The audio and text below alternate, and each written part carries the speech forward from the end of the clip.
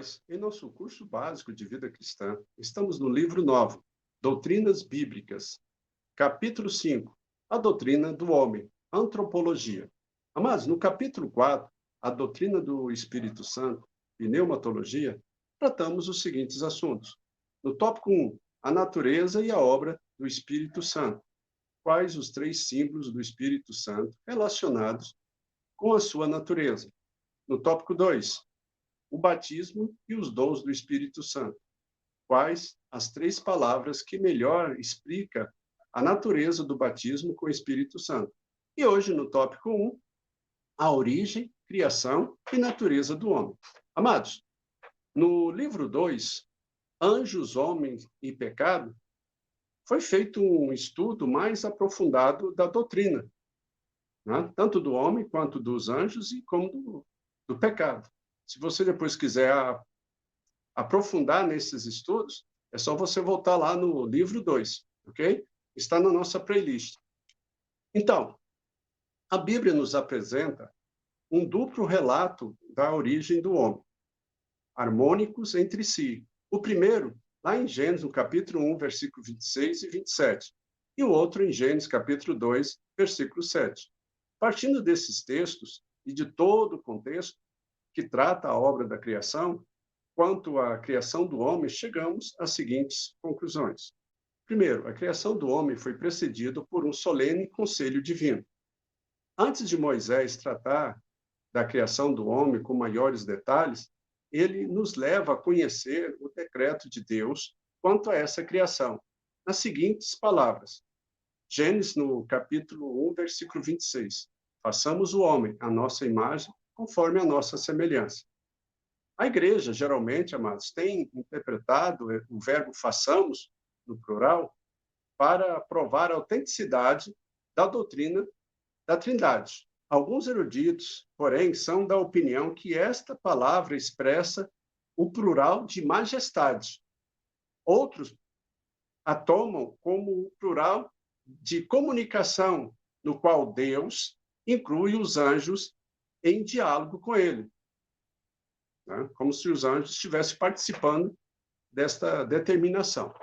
Segundo, a criação do homem é um ato imediato de Deus. Algumas das expressões usadas no relato da criação do homem mostram que ela aconteceu de uma forma imediata, ao contrário do que aconteceu na criação dos demais seres e coisas criadas. Lá em Gênesis, no capítulo 1, versículo 11 e 20, diz: E disse Deus, produz a terra relva, ervas que deem semente, e árvores frutíferas, que deem frutos, segundo a sua espécie, cuja semente esteja nele, sobre a terra. Versículo 20. Disse também Deus, povoem as águas de enxames de seres viventes, e voem as aves sobre a terra, sobre o firmamento dos céus. Compare essas declarações com a que se segue, lá em Gênesis, no capítulo 1, versículo 27. Criou Deus, pois, o homem. Amém? Terceiro, o homem foi criado segundo um tipo divino, com respeito aos demais seres viventes, tais como os peixes, as aves, as bestas da terra e dos mares. Vemos que Deus os criou segundo a sua espécie. Isso quer dizer que eles possuem forma tipicamente próprias de sua espécie. O homem não foi criado assim, e muito menos conforme um tipo de criatura inferior. No Gênesis, capítulo 1, versículo 26, temos: façamos o homem à nossa imagem, conforme a nossa semelhança. Assim, em todo o relato bíblico, o homem surge como um ser que recebeu de Deus cuidados especiais na sua criação no princípio. Amém? Quarto, os elementos da natureza humana se distinguem. Lá em Gênesis, no capítulo 2, versículo 7, vemos a distinção clara entre a origem do corpo e da alma. Observe, o corpo foi formado do pó da terra, matéria pré-existente. Na criação da alma, no entanto, não foi necessário o uso de material pré-existente, mas sim a formação de uma nova substância. Isso quer dizer que a alma do homem foi uma nova criação de Deus. A Bíblia diz que o Senhor Deus soprou nas narinas do homem o fôlego de vida e o homem passou a ser alma vivente. Gênesis, no capítulo 2, versículo 7. Quinto, o homem foi criado coroa da criação.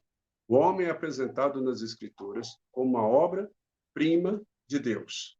Criado o homem, a criação estava coroada. Como tal, foi dever e privilégio do homem fazer com que toda a natureza e todas as demais coisas criadas, colocados debaixo do seu governo, servissem à sua vontade e o seu propósito, para que ele, todo o seu glorioso domínio, glorificasse ao Todo-Poderoso, Criador e Senhor, a natureza do homem. O patriarca Jó parece ter sido o primeiro dos homens mencionados na Bíblia a interrogar acerca do homem. Foi ele quem perguntou a Deus. Jó, no capítulo 7, versículos 17 e 18. Quem é o homem para que tanto o estime e ponhas nele o teu cuidado, e cada manhã o visites, e cada momento o ponha à prova? Depois foi a vez do salmista indagar, lá no Salmo 8, versículo 4.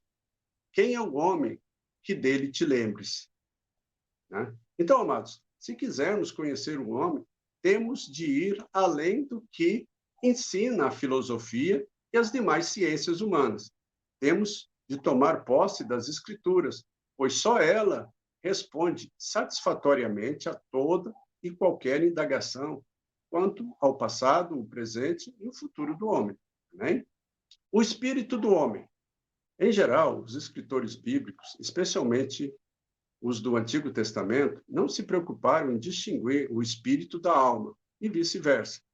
A distinção entre espírito e alma é decorrente da revelação progressiva de Deus no Novo Testamento. Então, vamos ver alguns fatos. 1. Deus é o criador do espírito humano e que o fez de forma individual. Ele habita na parte interior da natureza do homem e é capaz de renovação e de desenvolvimento. O espírito é a sede da imagem de Deus no homem. Imagem perdida com a queda, ok? Mas que pode ser restabelecida por Jesus Cristo. Amém? 2. O espírito é o âmago e a fonte da vida humana, enquanto que a alma possui essa vida e lhe dá expressão por meio do corpo. Entenda, amados, a alma sobrevive à morte porque o espírito a dota de capacidade, por isso a alma e o espírito são inseparáveis. 3. O espírito humano distingue o homem das demais coisas criadas. Por exemplo, os irracionais possuem uma vida comum, mas não possuem o espírito. Amém? 4. O espírito é o canal através do qual o homem pode conhecer a Deus e as coisas inerentes ao seu reino. Assim, o espírito do homem, quando se torna morada do Espírito Santo, torna-se centro de adoração, de oração, de cântico, de bênção e de serviço. Tudo isso em relação a Deus. Ok? A alma do homem é o elo de conexão entre o espírito e o corpo. Então, a alma é uma entidade espiritual incorpórea que pode existir dentro do corpo e está ligado a um espírito, ok? O corpo do homem é o instrumento, o tabernáculo, a oficina do espírito. É o meio pelo qual o espírito se manifesta e age no mundo visível e material. Assim, o corpo é o órgão dos sentidos e o elo que une o espírito ao universo, ou seja, que liga o espírito às coisas materiais. Pelo corpo podemos ver, sentir e apalpar o que está à nossa volta ou em nosso redor. A consciência, a direção, o poder de pensar, querer, amar, pertence exclusivamente ao espírito. Diante disso, se entende que o espírito é o agente, enquanto que o corpo é a agência.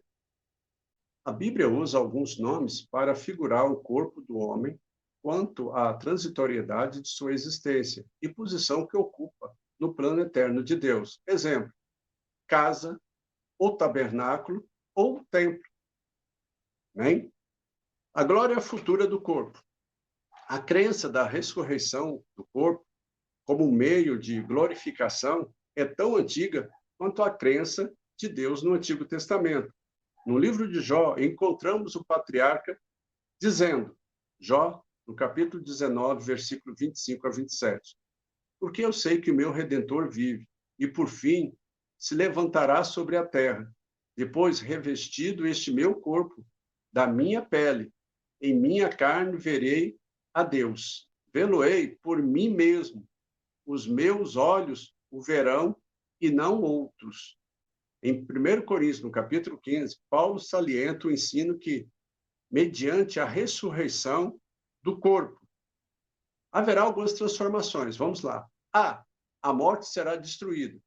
Versículo 26. B, receberemos um corpo celestial e glorioso. Versículo 40.